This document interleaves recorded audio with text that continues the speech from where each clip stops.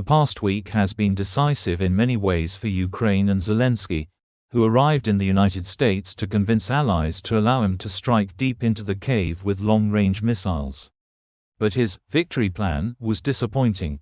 Many experts called it a repackaging of requests for military and financial assistance, and did not find any strategic vision for further actions. However, Biden said that the United States was allocating $8 billion in aid, and at a meeting with Zelensky, he confirmed that he would continue to support Ukraine in its fight for independence. The new aid package announced by Biden includes the first U.S. deliveries to Kyiv of high-precision guided bombs launched from F-16 combat aircraft, an additional air defense battery and more Patriot missiles, as well as expanded American training for Ukrainian F-16 pilots. Kamala Harris, having met with Zelensky, lashed out at Trump, who is completely mired in Putin's narratives, demanding to withdraw from the war and leave Kyiv to be torn apart by Moscow. Nothing about ending this war can be decided without Ukraine, Harris said, turning to Zelensky, but I want to tell you frankly that there are those in my country who are prepared to force Ukraine to give up much of its sovereign territory instead. Those who demand that Ukraine agree to neutrality, and that it abandon its security cooperation with other states. This is what Putin is proposing. And let's be clear, these are not proposals for peace. These are proposals for capitulation. This is dangerous and unacceptable. Trump, sensing the loss of political points, immediately announced his readiness to meet with Zelensky on Friday morning, although the day before his headquarters mumbled that such a meeting was not planned, and even the Speaker of the U.S. House of Representatives, Trumpist Mike Johnson, said that he was extremely busy for such a meeting.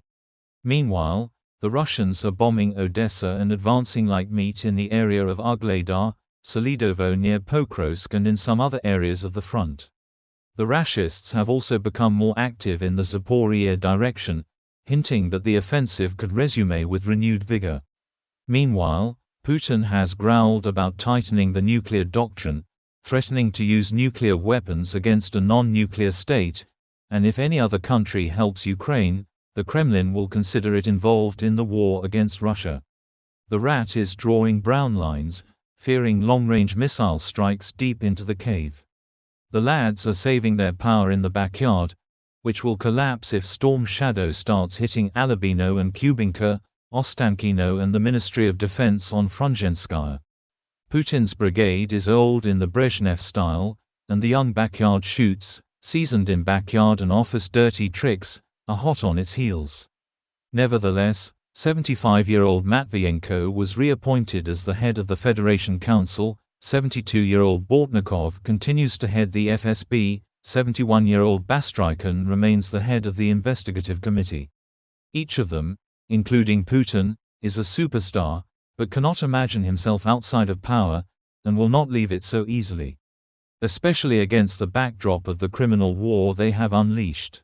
Therefore, the nuclear argument is the last thing they have. By engaging the West in psychological disputes about the properties of psychopaths, the Kremlin is winning time, continuing to play the long game and keep the enemy on edge.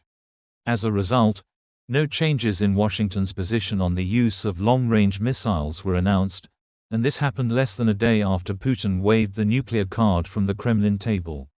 According to U.S. intelligence, in response to long-range missile strikes, Putlo may carry out sabotage in Europe and attack American and European military bases. All these concerns are voiced against the backdrop of the developing conflict in the Middle East, which is already being called a war. Israel is ironing out Hezbollah facilities, destroying weapons depots and high-ranking figures of the terrorist organization, and is already getting very close to Nasrallah himself.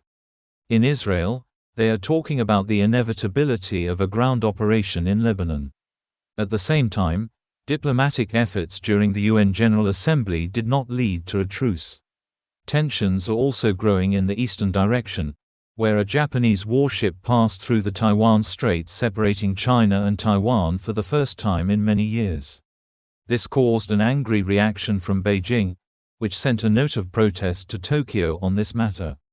China conducted a training launch of an intercontinental missile capable of hitting U.S. territory. In short, The degree is rising in a textbook way, everything as they taught in the Soviet General Staff academies and higher schools of the KGB.